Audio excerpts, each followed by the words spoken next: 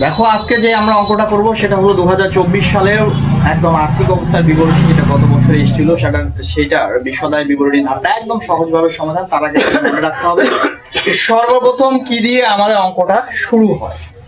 সর্বপ্রথম শুরু হয় পরিচালন আয় দিয়া। পরিচালন আয়ের মধ্যে পড়ে কি? বিক্রয়। এবার আমরা দেখব বিক্রয়ের সঙ্গে কি কি বাদ দিব, এটা আমার মাথায় থাকতে হবে। বিক্রয় ফেরত, বিক্রয় বাটা বাদ দিব, তারপর ধারে বিক্রয় থাকলে যোগ করব। তাহলে বিক্রয় কোথায় আছে একটু খুঁজে বের করি, আমরা খুঁজে বের করো এবং যেটা খুঁজে বের করবা তার উপর একটা দাগ দিবা, আর নামের উপর তার টাকাটার উপর দাগ দিবা। নামের উপরও দাগ দিতে পারো, কারণ আমরা যেটা করছি, যেটা থেকে সমাধান করছি সেটার নাম রেয়ামিল। আর রেয়ামিলের এটিগুলো ব্যবহার হবে কয়বার? একবার। আর এই আয়, বিক্রয় একটা কি আয়, এটা আমরা কোথায় পাবো? রেয়ামিলের ক্রেডিটে। রেয়ামিলের ক্রেডিটে খোঁজো বিক্রয় কোথায় আছে, খোঁজো। বিক্রয় কত আছে? বিক্রয় আছে 3,99,500। এটা কি বিক্রয়? আচ্ছা, বিক্রয় থেকে আমরা বাদ দিব, এটা ক্রেডিটে পাবা, এটা আয়। বিক্রয় থেকে বাদ দিব বিক্রয় ফেরত। কি আছে অঙ্কে? বিক্রয় ফেরত আছে? বিক্রয় ফেরত বলে কোনো কিছু লেখা নাই, লেখা আছে পণ্য ফেরত। পণ্য ফেরতে ডেবিটে যে টাকাটা আছে সেটাই হলো বিক্রয় ফেরত। পণ্য ফেরতে ডেবিটে যেটা লেখা আছে সেটা কি? বিক্রয় ফেরত। কোনটা লেখা আছে? ডেবিটে।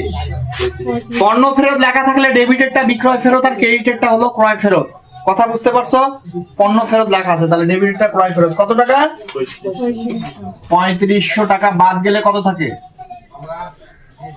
3,96,500। 3,96,500। এটার নাম হলো নিট। এটার নাম কি? নিট বিক্রয়। এটার নাম আমাদের নিট বিক্রয়। এবার নিট বিক্রয় থেকে আমরা কি বাদ দিব? বিক্রিত পণ্যের ব্যয়। সূত্র ভুলে গেলে চলবে না। বিক্রিত পণ্যের ব্যয়ের মধ্যে কি থাকে? আমাদের সর্বপ্রথম যেটা থাকে প্রারম্ভিক মজুত পণ্য, তারপর আসে ক্রয়, তারপর ক্রয়ের সাথে ক্রয় ফেরত, বিনামূল্যে পণ্য বিতরণ, এগুলো থাকলে বাদ যায়, বা পণ্য উত্তোলন থাকলে বাদ যায়। তারপর আসবে ক্রয়, পরিবহন, মজুরি, শুল্ক, সব যোগ করে বাদ দিয়ে আমরা সমাপনী মজুত পণ্য। তাহলে আমরা সর্বপ্রথম খুঁজবো মজুত পণ্য, প্রারম্ভিক মজুত পণ্য। কোথায় আছে? খোঁজো খোঁজো। মজুত পণ্য পাইছো? মজুত পণ্য 1,1,20, ওইটাই হলো আমরা দিব, ওটাই প্রারম্ভিক মজুত পণ্য। মজুত পণ্য 1,1,20, ওটাই হলো আমাদের প্রারম্ভিক মজুত পণ্য। প্রতিটা অঙ্কে থাকতে হবে প্রারম্ভিক মজুত পণ্য কত টাকা? 25,800। এই প্রারম্ভিক মজুত পণ্যটা আমাকে দিতে হবে। এটা আমরা ওইখানে দিয়ে দিব। এটা আমরা 25,800 টাকাটা আমরা সেকেন্ড ঘরে দিয়ে দিব, সরি ফার্স্ট ঘরে দিয়ে দিব। কোনো কিছু কাজ হবে ভিতরের ঘর, কাজ নাই প্রথম ঘর। তাহলে প্রারম্ভিক মজুত পণ্য আমরা দিয়ে দিলাম। এরপর আমরা কি খুঁজবো? পণ্য ক্রয়। পণ্য ক্রয়ের সঙ্গে যদি কোনো যোগ বিয়োগ থাকে এখানে হবে, আর না হলে ওই পাশে হবে। তাহলে পণ্য ক্রয় কত টাকা আছে? কত? তো 2,25,000। 2,25,000। এটার নাম কি? পণ্য ক্রয়। 2,25,000 এটার নাম হলো পণ্য ক্রয়। এখান থেকে বাদ দিব আমরা ক্রয় ফেরত। ক্রয় ফেরত আমরা দেখলাম আছে। ক্রয় ফেরত কত? কত? 4,500। ক্রয় ফেরত 4,500। তাহলে 2,25,000 টাকা থেকে এটা বাদ দিলে কত থাকবে? 2,20,500। এগুলো যোগ বিয়োগ গুলো তোমরা একটু করবা। তারপর সর্বপ্রথম অঙ্কের কাজ হলো গোটা অঙ্কটা আমাদের পড়তে হবে, এবং অঙ্ক পড়ে আমরা জানলাম যে আমাদের এখানে বিনামূল্যে পণ্য বিতরণ আছে। দেখো 3 নম্বর সমন্বয়। বিজ্ঞাপনের জন্য 3,000 টাকার পণ্য বিনামূল্যে বিতরণ করা হয়েছে। সমন্বয় এন্ট্রিগুলো ব্যবহার হবে একবার, রেয়ামিল এন্ট্রিগুলো ব্যবহার হবে দুইবার। তাহলে বিনামূল্যে পণ্য বিতরণ গোটা অঙ্কটা আমাদের পড়ে নিতে হবে। হ্যাঁ, তারপর তাহলে বিনামূল্যে পণ্য বিতরণ থাকলে এখান থেকে কি হবে? বাদ। কারণ বিনামূল্যে পণ্য দিলে আমাদের পণ্যটা কমে যায়। বিনামূল্যে পণ্য কত টাকা? 3 নম্বর সমন্বয়ের ওখানে 1 লেখো। 1 লেখো, কারণ সমন্বয় এন্ট্রিগুলো ব্যবহার হবে দুইবার। তাহলে 2 লক্ষ কত? 2,17,500। 2,17,500। আচ্ছা, পণ্য ক্রয় শেষ এবং ক্রয়ের সঙ্গে জড়িত খরচ গুণে গুণে 3টা: ক্রয়, পরিবহন, মজুরি, শুল্ক। সবার আগে আমরা মজুরি খুঁজি। ক্রয়, পরিবহন, মজুরি, শুল্ক। আচ্ছা আচ্ছা, মজুরি, ক্রয়, পরিবহন, শুল্ক। আচ্ছা, মজুরিটা আগে পাইছি আমরা। দেখো মজুরি আছে না, মজুরি আছে 15,500। আর নিচে দেখো বকেয়া, মজুরি বকেয়া থাকলে পরে ওটা গুনতে হবে, ঠিক আছে? নিচে বকেয়া আছে দেখো 2 নম্বর সমন্বয়ে মজুরি বকেয়ার ওখানে 1 লাখ। রেয়া মিলের এন্ট্রি গুলো যেটা কাজ করছি ওটার নিচে, ওটার উপরে দাগ দিয়ে দিবা একবারে, একটা টিক চিহ্নের মতো দিবা যে ব্যবহার হয়ে গেল, আর নিচে সমন্বয় গুলোর উপরে 1 দাও। তাহলে মজুরি আমাদের আছে কত, কত রে? 15,500। সাউন্ড আসতে কেন, জোরে দিবা। যোগ বকেয়া কত, 1,500 না 1,000? আচ্ছা 1,000। তাহলে 15,500 আর 1,000 কত হলো? 16,500। 100% মনোযোগ এখানে থাকতে হবে, নাহলে অঙ্ক বুঝবা না। আচ্ছা, তারপর পরিবহনও আছে, দেখো পরিবহন আছে, শুল্ক আছে। আগে কি আছে? শুল্ক। শুল্কটা দিয়ে দেই। শুল্ক কত আছে? শুল্ক কত আছে? সাউন্ড নাই, তার মানে তোমরা বই দেখছো না, কই কি দেখছো রে? শুল্ক কত আছে কেউ আর খুঁজে পাচ্ছ না। শুল্ক আছে 10,000। শুল্ক আছে 10,000। কই দেখো আর কই থাকো আর কোথায় আছো তোমরা? মনোযোগ 100%। পরিবহন, পরিবহন কত? 5,500। পরিবহন 5,500। হায় হায় রে, মনোযোগ নাই। 1টা 2টা 3টা 4টা 5টা গুলো যোগ করো। 2,75,300। আচ্ছা, এখান থেকে আমরা বাদ দিব, কি বাদ দিব? সমাপনী মজুদ পণ্য। সমাপনী মজুদ পণ্য সমন্বয়ে পাবা কত টাকা? কত? ওর উপরে এক দাগ দাও, 1 লাখ 1 75,000। তাহলে আমাদের কত হবে? 2 লক্ষ কত? 300। এটা না? 2,03,000। আচ্ছা, এটার নাম কি? এটার নাম বিক্রিত পণ্যের ব্যয়। এটার নাম কি? তাহলে নিট বিক্রয় থেকে বাদ বিক্রিত পণ্যের ব্যয় বের হবে আমাদের কি? মোট আয়। কি বের হবে? মোটায়। মোটায় এখান থেকে বাদ দাও, তাহলে মোটায় হলো কত? বিয়োগ করো 1,95,700। এটা মোটায়। এবার মোটায় থেকে বাদ দিব কি? পরিচালন ব্যয়।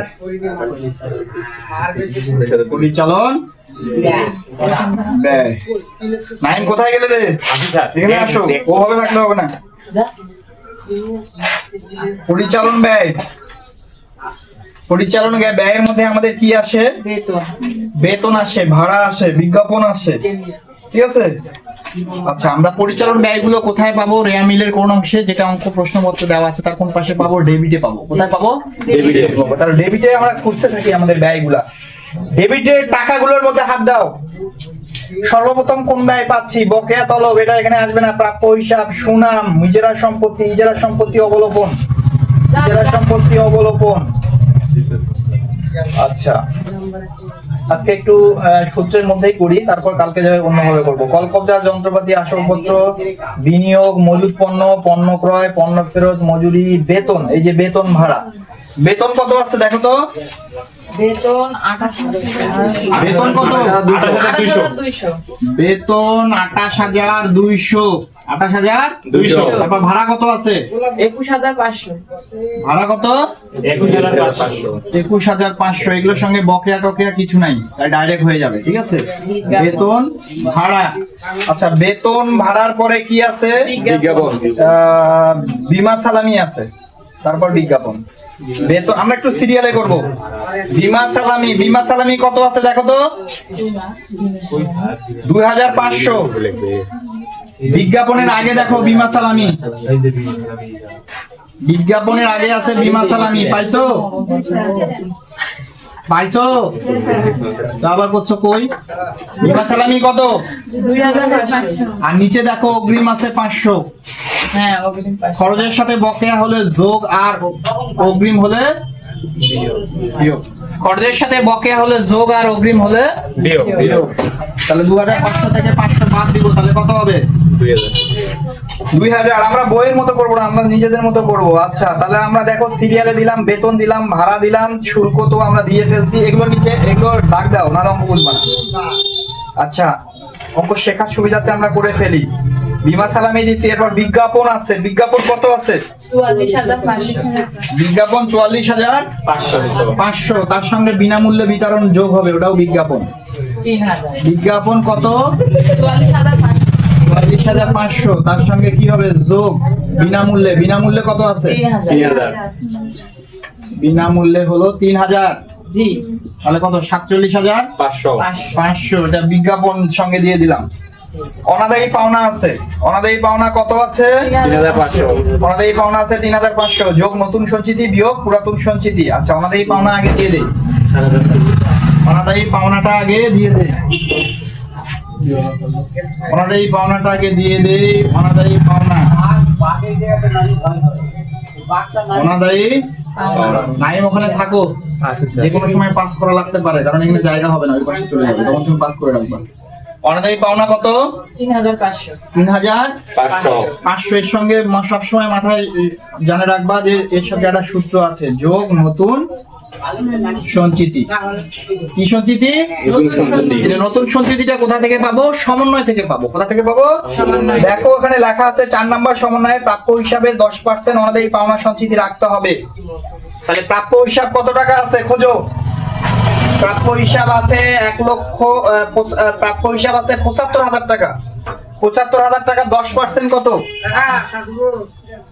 75,000 টাকার কয় পার্সেন্ট? 10%, 7,500 টাকা। তাহলে যোগ করো, যোগ করলে কত হবে? 11,000। 11,000। এখান থেকে বাদ দিব পুরাতন সঞ্চিতি। কি বাদ দিব? পুরাতন সঞ্চিতি কোনটা? যেটা আমাদের রেয়া মিলে থাকবে। পুরাতন সঞ্চিতি কোনটা? যেটা আমাদের রেয়া মিলে থাকবে। পুরাতন সঞ্চিতি কোনটা? যেটা আমাদের রেয়া মিলে থাকবে। তাহলে পুরাতন সঞ্চিতি দেখো রেয়া মিলে কত আছে? 5,000। 5,000। রেয়া মিলে কত আছে? 5,000। 5,000। তাহলে এই পাশে কত হবে? 6,000। 6,000। এটাই হলো আমাদের অঙ্ক। আচ্ছা, 6,000 দিয়ে দিলাম না? জি।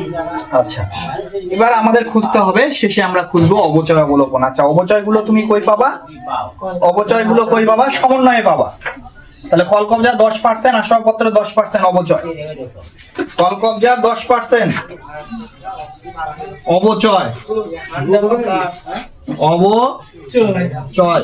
কল কবজার কত পার্সেন্ট? 10%। কল কবজা কত টাকা আছে খোঁজো। 16,000। 16,000। 1,60,000। সবাই কোথায় আছো রে? একবার অঙ্কের মধ্যে থাকো, কোন জগতে আছো? চুপচাপ। 16,000। আর কি আছে? ঠিক আছে ভাই, 16,000। আসবাবপত্র কত টাকা আছে দেখো। 3,000। আসবাবপত্র কত? 3,000। 30,000। 30,000-এ কত পার্সেন্ট? 10% করলে তুমি প্রশ্নপত্র দেখবা, তুমি উত্তরপত্র কেন দেখছো? তাহলে 16 আর 3-এ কত? 19,000। 16 আর 3-এ কত? 19,000। অবচয়ের পর আমরা খুঁজবো অবলোপন আছে নাকি। আমরা বেতন ভাড়া এগুলো সিরিয়ালি দিলাম, দেওয়ার পরে আমরা অবচয় অবলোপন খুঁজলাম। অবচয় অবলোপন পেয়ে গেলাম। আমাদের পাওনা সঞ্চিতি যোগ নতুন বা পুরাতন অবচয় পেলাম, এবং অবলোপন আছে নাকি অঙ্কে? অবলোপন আছে। ইজারা সম্পত্তি অবলোপন দেখো। ইজারা সম্পত্তি অবলোপন আছে দেখো, 20,000। আছে না? অবচয়ের পরে খুঁজবে অবলোপন আছে কিনা। অবলোপন থাকলে সেটা আমাদের দিতে হবে। আচ্ছা, অবলোপন কত? 2 লাখকে ভাগ দিব। 2 লাখকে ভাগ দিব আমরা কত দিয়ে? 10 দিয়ে। 2 লাখকে ভাগ দিব কত দিয়ে? 10 দিয়ে। তাহলে কত হবে? 20,000।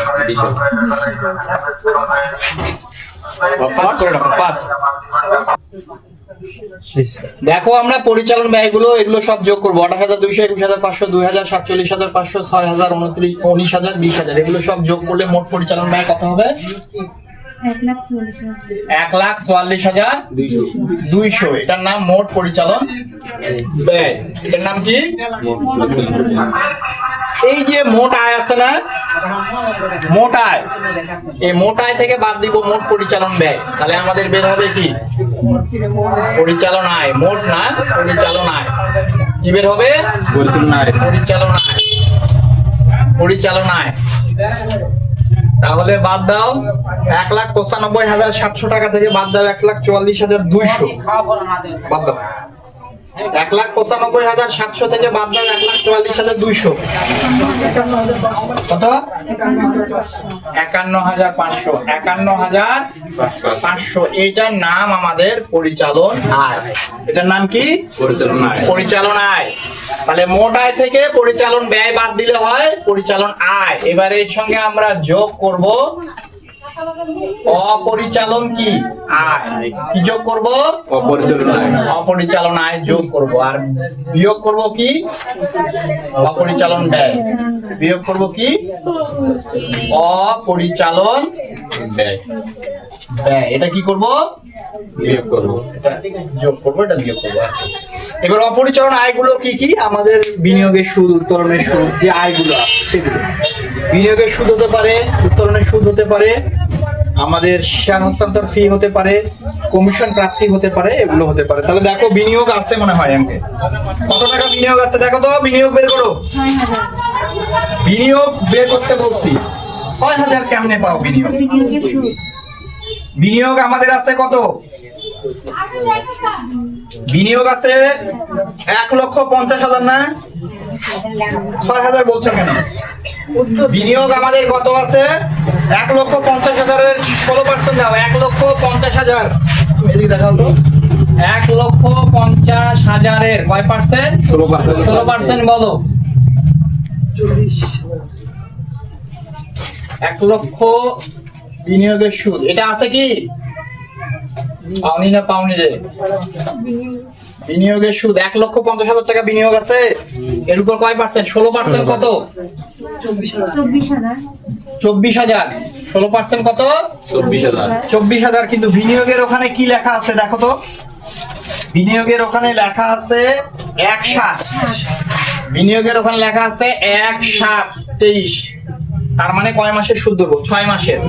তাহলে 24,000 টাকাকে ভাগ দিব 12 দিয়ে, গুণ দিব 6 দিয়ে, তাহলে কত হবে?